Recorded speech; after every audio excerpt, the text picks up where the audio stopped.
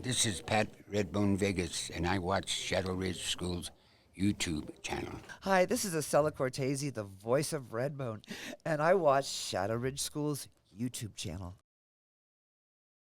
The following program is brought to you in living color on NBC.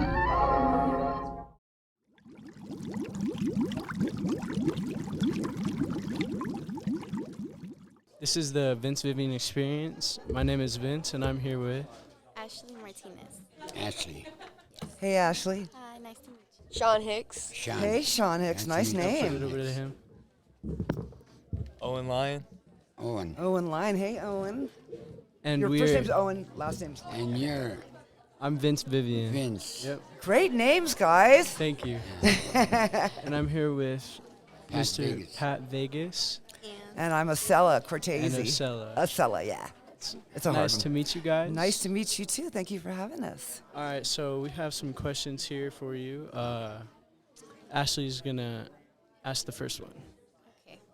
You described an interesting entrance into this world as a blue baby at the Coalinga Hospital. Can you please describe what happened? Oh, well, actually, we were born in a house. I mean, I was born between two chairs. You weren't born like in a hospital? No. I mean, wow. just before we got to the hospital, I mean. Are you serious? I never Yes. I was two chairs pushed together, and then I was born there. And then What they took story are me you to- referring to? What And is then they this? took me to the hospital, yes. Where did that come? Where did that come from? Where did that fact come from? Do you guys have any questions you would like to ask? I know you've had a very good career, but if there was anything you could go back on, what would it be or do differently? Oh, I don't think I'd change a thing.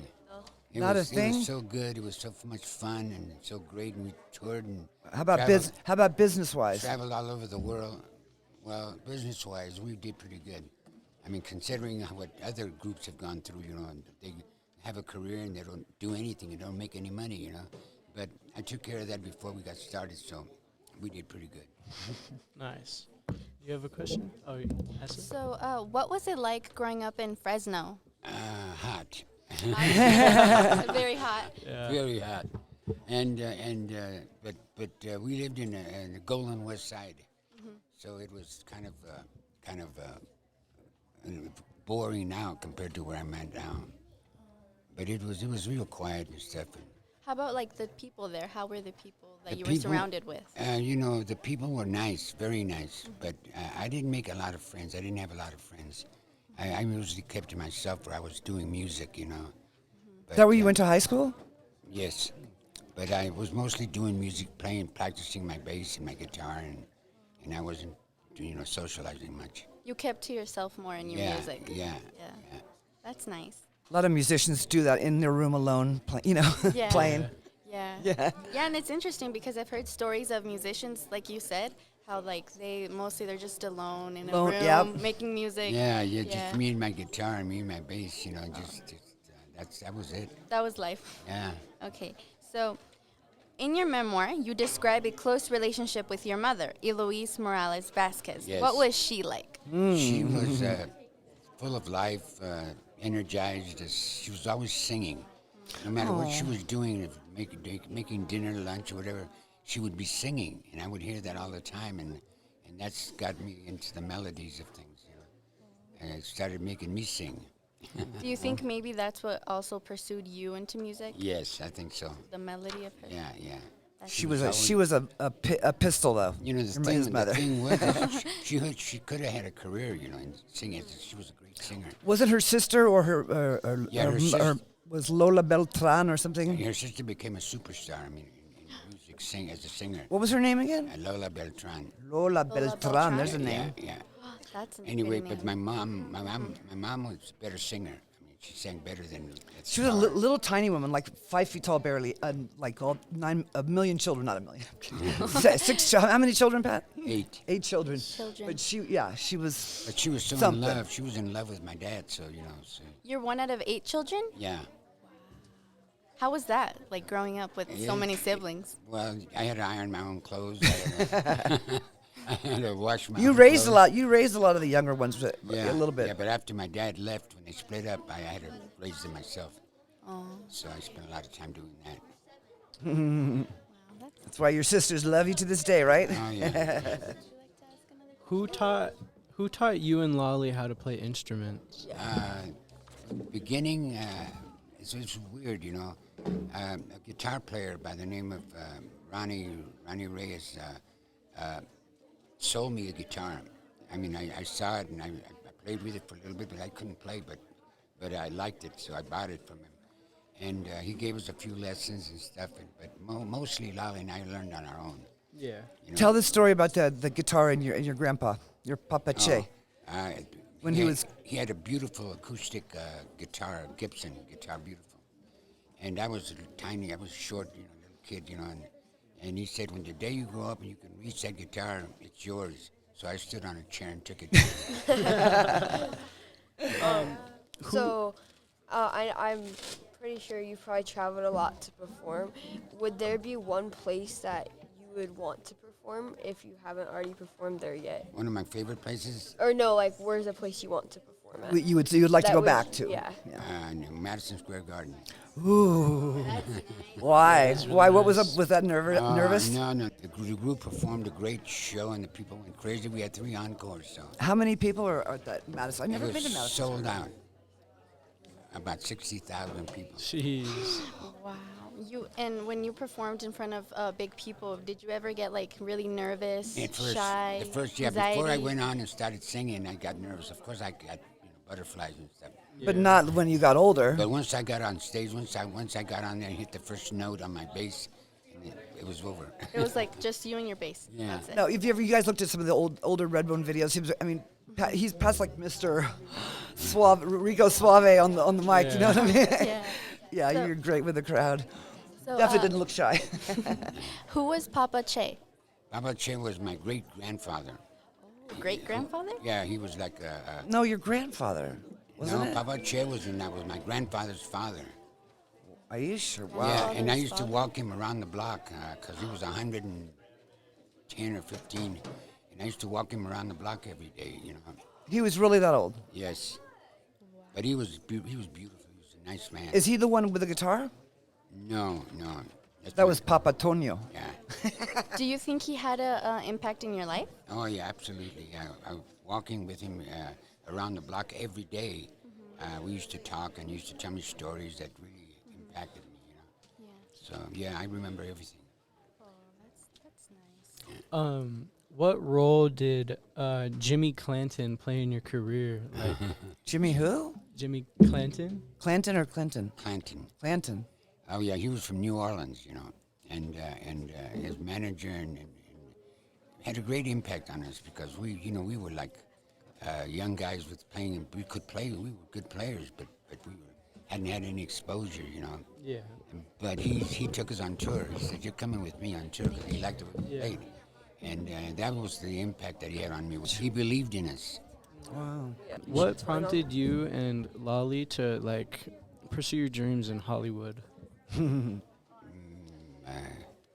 Something was driving us. I can't really explain it. I mean, I can't describe it. Didn't Lolly go here first though? It was just like it was like you Yeah, just felt it was right. It was inside. There's something that motivated me. Yeah. But my brother said, I'm leaving you guys, and I'm going to go to Hollywood. So he went by himself, and he left. I stayed behind because I wanted to help my mom raise my brothers and sisters. You know, Yeah. my dad had left. You know, so I stayed behind to help her raise them. You know, and Lolly went on by himself, and he was there for a couple of years, and then I heard from him. When I heard from him, he was working at Sears Roebuck. He had given up his career. Yeah. He had given up, and he was working at Sears. This is a great story. And so I said, all right, I got to go to L.A., Mom. And she said, okay, go ahead. So I came to L.A., and I only had $75 in my pocket, right? Yeah. So we got in a hotel. We were there for a week, and we had to move out and with just our luggage and us. We're walking down the street, and all of a sudden this bus comes driving by. And on the side of the car, it said the name of the group, right? And I said, those are the guys I beat in this contest. So you knew some strangers in a strange land. You knew some people. They were called the Downbeats. And so I waved them down, and they saw me, and they said, come on, So we jumped on the bus, and that's how it got started. And then didn't you end up living with them or staying with them or something? Yes. Wow.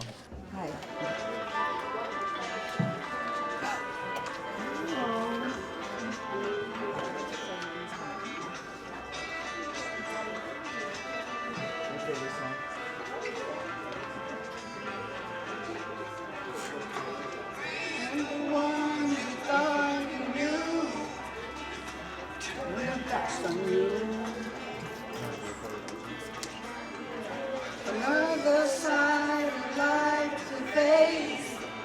Some haven't used to be. 'Cause it hurts to find some people unkind. Yes, it hurts to find some people unkind. Yeah, just start with the question.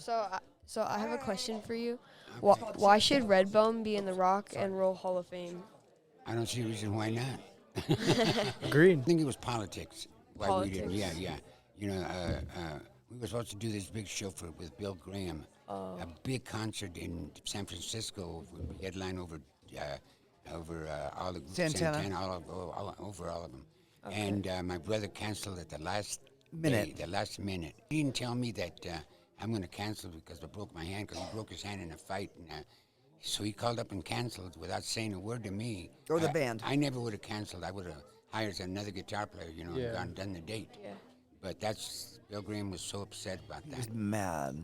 Well, we should have been in the Rock and Roll Hall of Fame years ago. You know? Oh yeah. We're still gonna get you in there. Don't it ain't over. So if you guys send letters, we'll all get in. All right. There's a thing online. I'm sure you know about it. Did Mr. Hoffman tell you? But he's the kingpin in organizing that. Yeah. That was really great. And then I have one more question. So how did the name Redbone come about?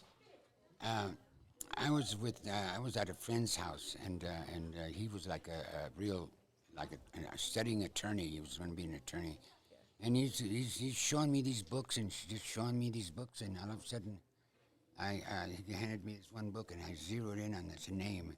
It was something about talking about a tribe that had been uncovered and dug. Oh. They were digging, they're clearing this forests, you know, in the middle of nowhere. And they dug up 100 bodies that had been buried there in bones. And just the bones, and the bones were red. Wow. You know, when they dug them up, the bones were red. They weren't white; they were red. And the tribe was called the Redbone tribe. Yeah. So I took the That's name. weird, huh? Yeah, that's a cool way. Kind to of cool name. but creepy. Yeah. What did Mickey Crouch how did he help you? He was like one of the big kingpin club owners. He owned about 3 clubs. He said, "Listen, I've got this new club I'm opening on Hollywood Boulevard. It's called the Haunted House, and it's going to be one of a kind." He said, "And I want you guys to star in it, to open it up." And I said, "Really?" He said, "Yes, I'm serious." I said, "No, you're kidding." He said, "No, I'm serious. It's called the Haunted House." So I said, "Okay, we'll do it." So it opened up, and it was really amazing. If you never saw it, you walk through this corridor with all Frankenstein and Werewolf and all the Well, different famous people went there, huh? Yeah, Yeah. It was jam-packed with famous people in it. And we opened it, and it was a big success. I mean, it was the biggest club in L.A. Was that album of yours, Pat and Lolly at the Haunted House? Yes. Ah. And it was a great success, and we really rocked the place. Yeah. Sounds really fun. Yeah, it was. What about what songs that you've written are you most proud of, and why are you most proud of them? It would be the Redbone albums. I'm proud of that because they were recorded so well. Yeah. And because we really put time and patience in putting the songs together, you know. Yeah. And making sure every note was on and no bad changes, no mistakes. And we cleaned everything and we did it live. We didn't go in there and overdub. No. Yeah. We did it live. So Yeah. what you have there is us playing live. Wow. And that was an accomplishment. That's not easy to do, you know. Oh, not at all. You get nervous in the studio. You Oh yeah. start to mess up, you know. Yeah. Well, Wow. do you guys have something that you want to ask? And who is this? We didn't even meet you. Who are you? Yeah, what's your name? My name is Emmanuel. Emmanuel. Ooh, nice name. All you guys got cool names. How was it getting into the music industry as a Native American during this time? In the beginning, it was very difficult, you know, because, I mean, they, you know, if you weren't white or black, you know, when you said, I'm Native American, they said, what? What is that? Yeah. I said, Native American. They said, oh. I said, no, we haven't heard anything. So there were no Native American acts at the time, just black and white. And we had to get in there somehow. So we told them, yeah, we play and we sing. And they said, oh, okay, play for us. So we played for them, and their hair fell off. You know, we just blew them away. There's really been no one that big since you guys, huh? No one. Unfortunately. No one. And there's a few new Native American acts out there, and they're really good, but they haven't come out and said anything yet. They haven't made any noise. You know, they're shy. You know, It took years before they accepted. You can't be shy, you know, in this business. If you play music, you got to be bold. You know, you got to do it. You know, don't hide and fake it. No. So you were born as Patrick David Morales Vasquez. Why Yes. did you create your stage name, and what made you choose that name? Yeah, Pat Vegas. Yeah, because we when we got to Hollywood in the beginning as a group, they said they're not hiring any Latin acts, you know, in clubs, and they didn't have any Latin surnames. Mm-hmm. Either you were white or black, but you couldn't get hired. So Vasquez wasn't cutting it, So Vasquez was not going to make it. So Bill Gazzari, who owned Gazzari's on the Strip, said, we're going to change your name to Vegas. So I said, okay. Wasn't that your stepfather's last name too, Vegas? Yeah, Vega. Vega. His name was Vega, but I put an S on it, so it's Vegas. Yeah. So we got hired immediately, and That's cold-blooded. We were the biggest act in Hollywood forever. Pat and Lolly Vegas? Yeah. Yeah. How did Redbone get its contract with CBS Records? We were rehearsing at Mulholland Drive in Hollywood. That's a famous street up there on the top of the mountain. It's very top of the mountain. Mm-hmm. And a friend of mine said, I have a house up there. He said, you guys want to use it to rehearse?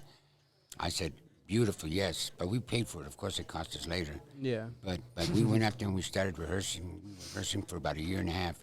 And then this friend of mine, Paul Lagos, who's a drummer, brought a guy over from CBS Records. His name was Larry Cohen.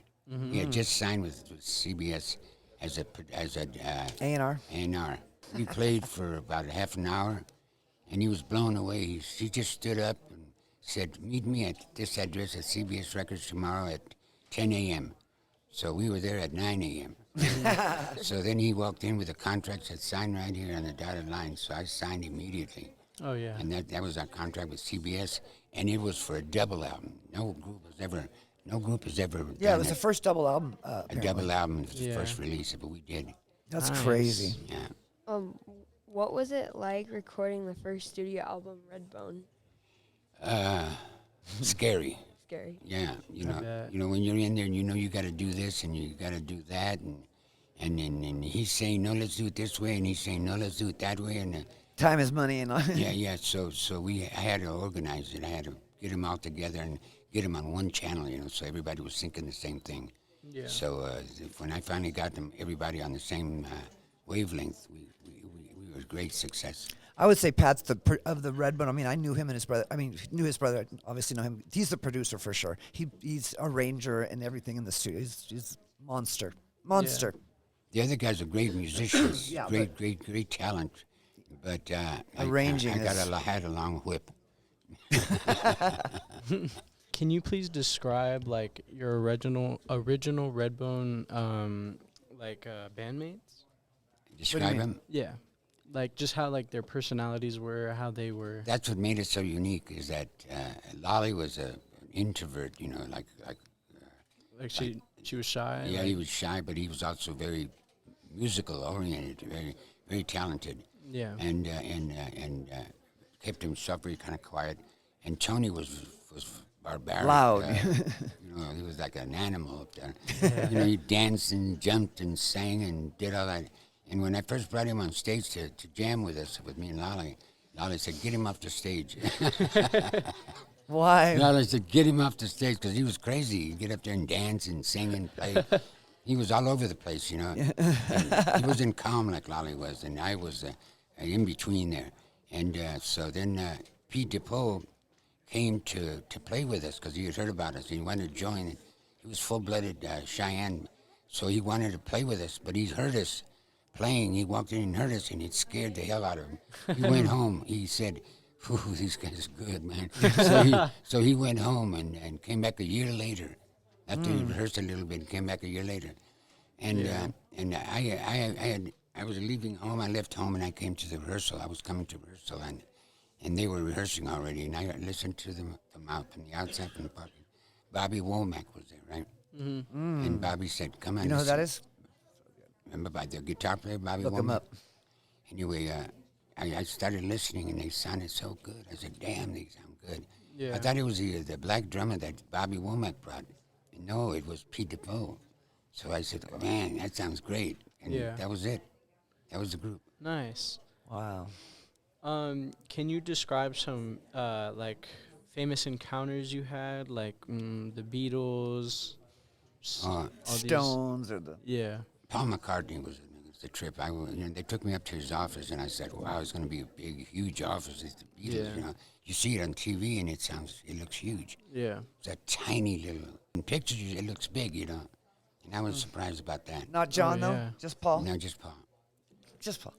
Yeah, that would be. I'd trip out if it was like all big on TV, and then when you Yeah, get there, it's all everything looked so small. big, but it was so tiny. I mean, it was as big as a stable. Oh, what? That's crazy. Which encounter like stood out to you most, and why do you feel that way? And why Liza did Minnelli. Why did that encounter Well, like? we were doing a show in Paris at the Olympia Theater, which is the #1 biggest Oh yeah. theater in Paris. And it was headlining, what's her name again? Liza Minnelli. What's her name again? She was headlining, and we were second bill, right?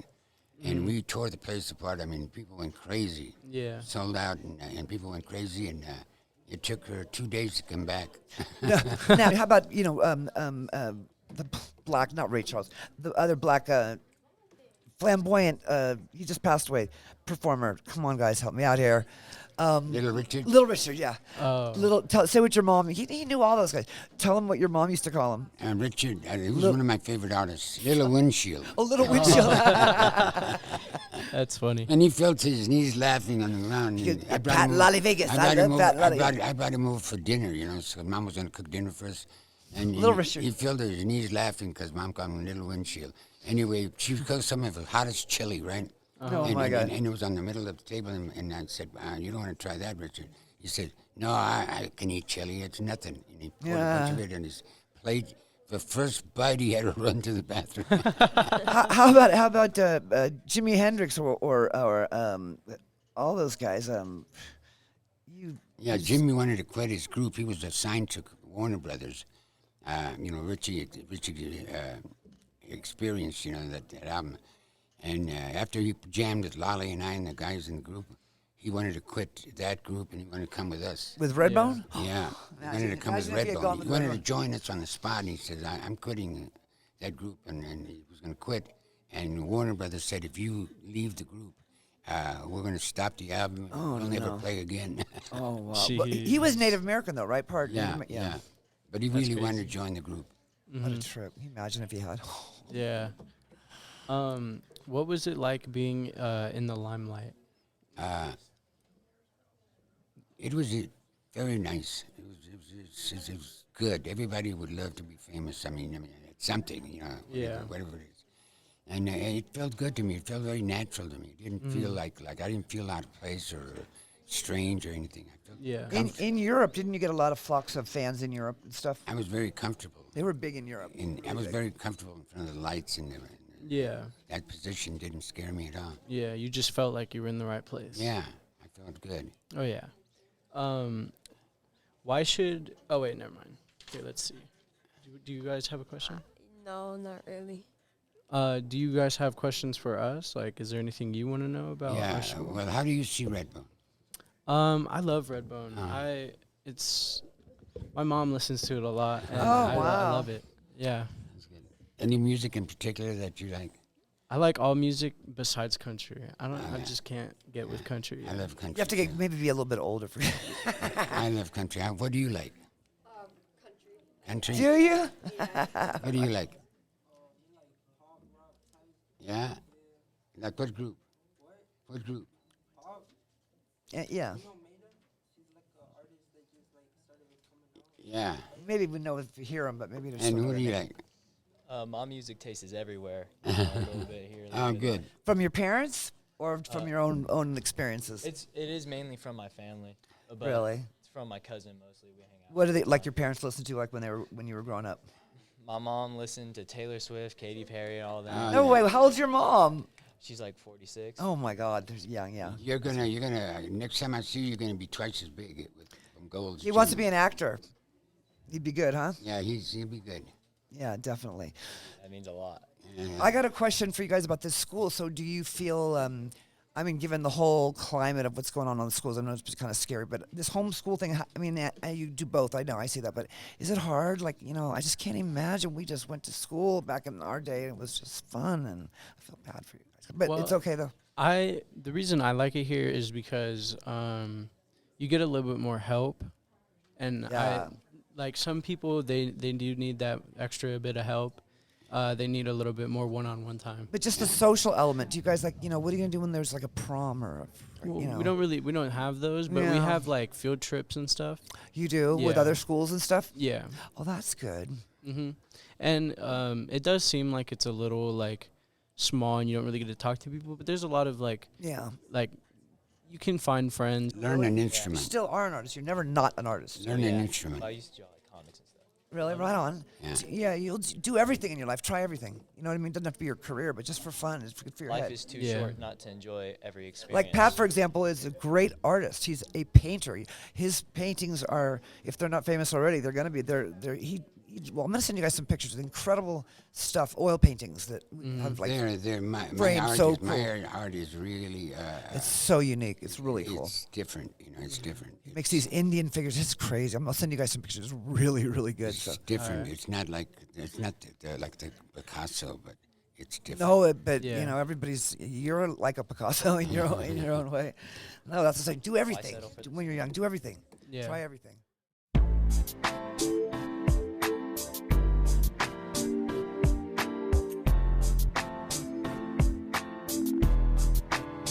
My name is heaven. My name is hell. My name is good. My name is bad. My name is beautiful. My name is wonderful. My name is destiny. Ecstasy.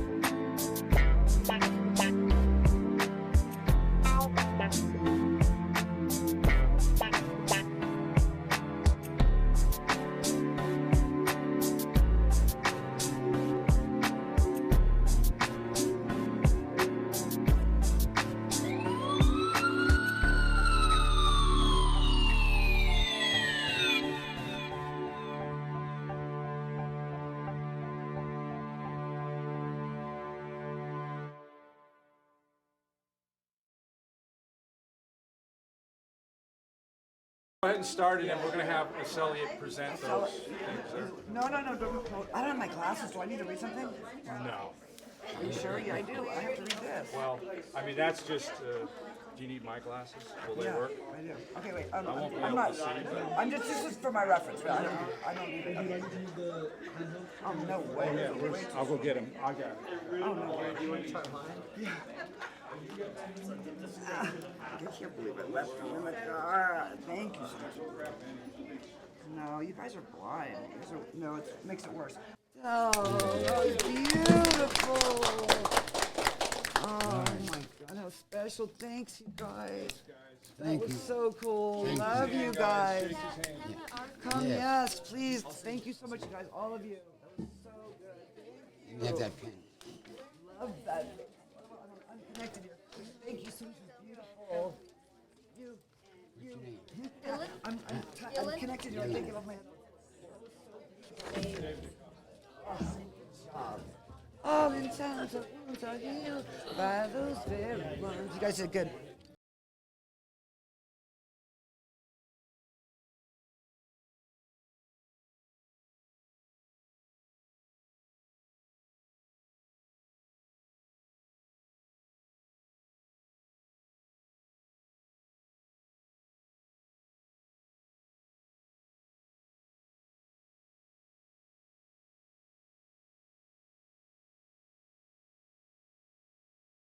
Never boring. There's always something fun here at Shadow Ridge School. Hi, it's in Shadow Ridge School, the best indie in the HD. Hi, my name is Aaliyah Fowler and I'm from Shadow Ridge, the best indie school out here in Hesperia. You know what it is. I go to Shadow Ridge School, the best indie in HD.